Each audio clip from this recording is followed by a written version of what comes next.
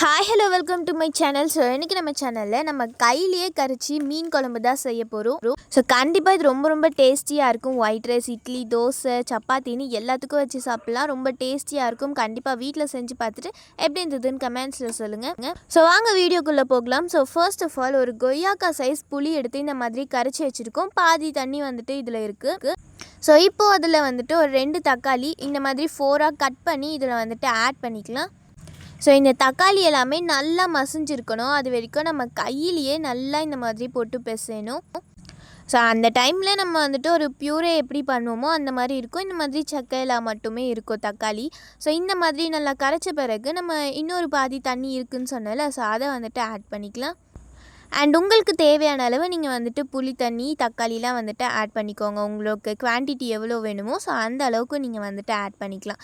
இப்போது இது கூட நம்ம மசாலா ஐட்டம்ஸ் ஆட் பண்ணணும். ஸோ இது கூட ஒரு 2 பிஞ்ச் அளவுக்கு மஞ்சத்தூள், 1 டேபிள் ஸ்பூன் அளவுக்கு தனி மிளகாய் தூள், அண்ட் இது கூடயே நம்ம வந்துட்டு வீட்டில் அரைச்சிருக்க குழம்பு மிளகாய் தூள் ஆட் பண்ணிக்கலாம். அப்படி உங்கள்கிட்ட அந்த குழம்பு மிளகாய் தூள் இல்லைன்னா பரவாயில்ல.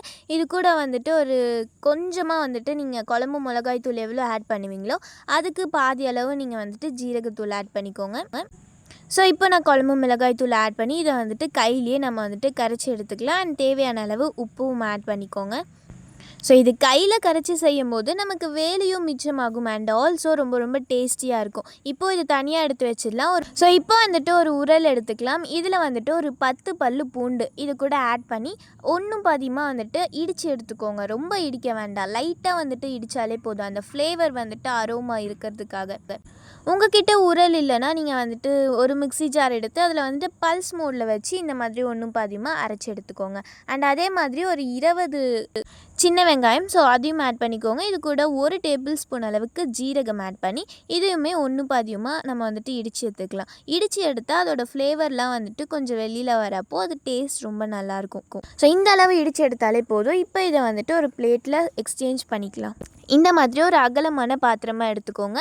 அண்ட் அதை வந்துட்டு ரொம்ப ஹீட் ஆகிட்ட பிறகு இது கூட ஒரு 4 டேபிள் ஸ்பூன் அளவுக்கு நல்லெண்ணெய் பிடிச்சவங்க ஆட் பண்ணிக்கலாம். அப்படி இல்லாட்டி உங்ககிட்ட வந்துட்டு தேங்காய் எண்ணெய் இல்லை நார்மலாக செய்கிற ஆயில் இருந்தாலும் நீங்கள் வந்துட்டு ஆட் பண்ணிக்கோங்க.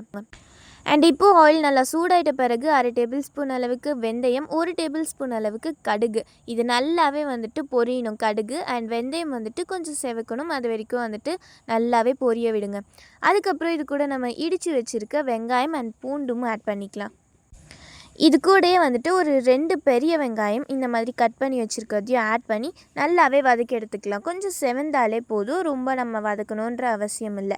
அதுக்கப்புறம் இது கூட கருவேப்பிலை ஆட் பண்ணிக்கோங்க. அண்ட் இந்த மாதிரி வதங்கிட்ட பிறகு ஒரு 2 பச்சை மிளகா ஆட் பண்ணிக்கோங்க. பச்சை மிளகா ஆட் பண்ணி ரொம்ப வதக்கணுன்ட்டு இல்லை. ஸோ இந்த மாதிரி வெங்காயம் நல்லா வதங்கி இருக்கணும். இதுவே போதும். இப்போது இது கூட நம்ம வந்துட்டு கையிலேயே நம்ம கரைச்சி வச்சுருந்தோம்ல இந்த புளி தக்காளி மசாலா தண்ணி ஸோ அதை வந்துட்டு இது கூட ஆட் பண்ணிக்கோங்க. அவ்வளோதான் ஃப்ரெண்ட்ஸ். இது நல்லா கொதித்து வந்த பிறகு மீன் போட்டு இறக்கிட வேண்டியதுதான். அண்ட் இந்த டைமில் நீங்கள் வந்துட்டு உப்பு காரம் பார்த்து செக் பண்ணி நீங்கள் வந்துட்டு எல்லாமே ஆட் பண்ணிக்கலாம்.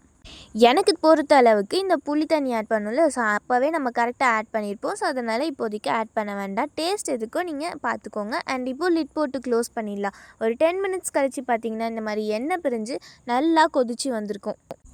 ஸோ இந்த டைமில் இது கூட வந்துட்டு ஃபிஷ் ஆட் பண்ணிடலாம். நான் வந்துட்டு இன்றைக்கி ஷீலா மீன் தான் எடுத்திருக்கேன். இந்த மாதிரி நல்லா கட் பண்ணி வச்சுருக்கேன். ஸோ நல்லாவே நம்ம வந்துட்டு க்ளீன் பண்ணி கட் பண்ணி வச்சாச்சு. இந்த மாதிரி பெரிய மீனாக இதில் போட்டு செய்யும் போது ரொம்ப நல்லாயிருக்கும். அது மட்டும் இல்லை, உங்களுக்கு என்ன மீன் நீங்கள் வந்துட்டு ஆட் பண்ணணுமோ அதை வந்துட்டு ஆட் பண்ணிக்கோங்க. நீங்கள் வந்துட்டு ஃபஸ்ட்டு போட்ட உடனே கரண்டியால் கிளறாமல் இந்த மாதிரி லைட்டாக அந்த பாத்திரத்தை மட்டும் பிடிச்சி சுழட்டி விட்டிங்கனாலே போதும். ஏன்னா மீன் அப்போ தான் உடையாது. இது ரொம்ப நேரம் வேகணும்னு அவசியம் இல்லை. ஒரு 5 மினிட்ஸ் வெந்தாலே போதும். அது சீக்கிரமாக வெந்துடும். ஸோ அதுக்கப்புறம் ஒரு 5 மினிட்ஸ் கழித்து பார்த்தீங்கன்னா சூப்பரான மீன் குழம்பு ரெடி. அண்ட் இது நம்ம மீன் போடுறதுக்கு முன்னாடி உங்களுக்கு மாங்காய் வேணும்னால ஆட் பண்ணிக்கலாம். ஸோ அது ரொம்ப ரொம்ப டேஸ்டியாக இருக்கும். ஸோ இந்த மாதிரி அடியிலேருந்து மிக்ஸ் பண்ணுங்கள். பிகாஸ் அப்போ தான் வந்துட்டு நமக்கு உடையாமல் மீன் இருக்கும். இப்போ கொத்தமல்லி ஆட் பண்ணி சர்வ் பண்ணிக்கலாம். நான் இன்றைக்கி ஒயிட் ரைஸோடு தான் சர்வ் பண்ணிக்கிட்டேன். ஆனால் நீங்கள் இட்லி, தோசை, சப்பாத்தி, பூரின்னு எல்லாத்துக்கூடயும் சர்வ் பண்ணிவிட்டு எப்படி இருந்ததுன்னு கமெண்ட்ஸில் சொல்லுங்கள். அண்ட் நான் போய் சாப்பிட போகிறேன். வீடியோ பிடிச்சிருந்தால் லைக் பண்ணுங்கள், ஷேர் பண்ணுங்கள், கமெண்ட் பண்ணுங்கள், சப்ஸ்கிரைப் பண்ணுங்கள், பக்கத்தில் இருக்க பெல் ஐக்கான் டச் பண்ணுங்கள். நெக்ஸ்ட் வீடியோவில் மீட் பண்ணலாம். Thank you, by.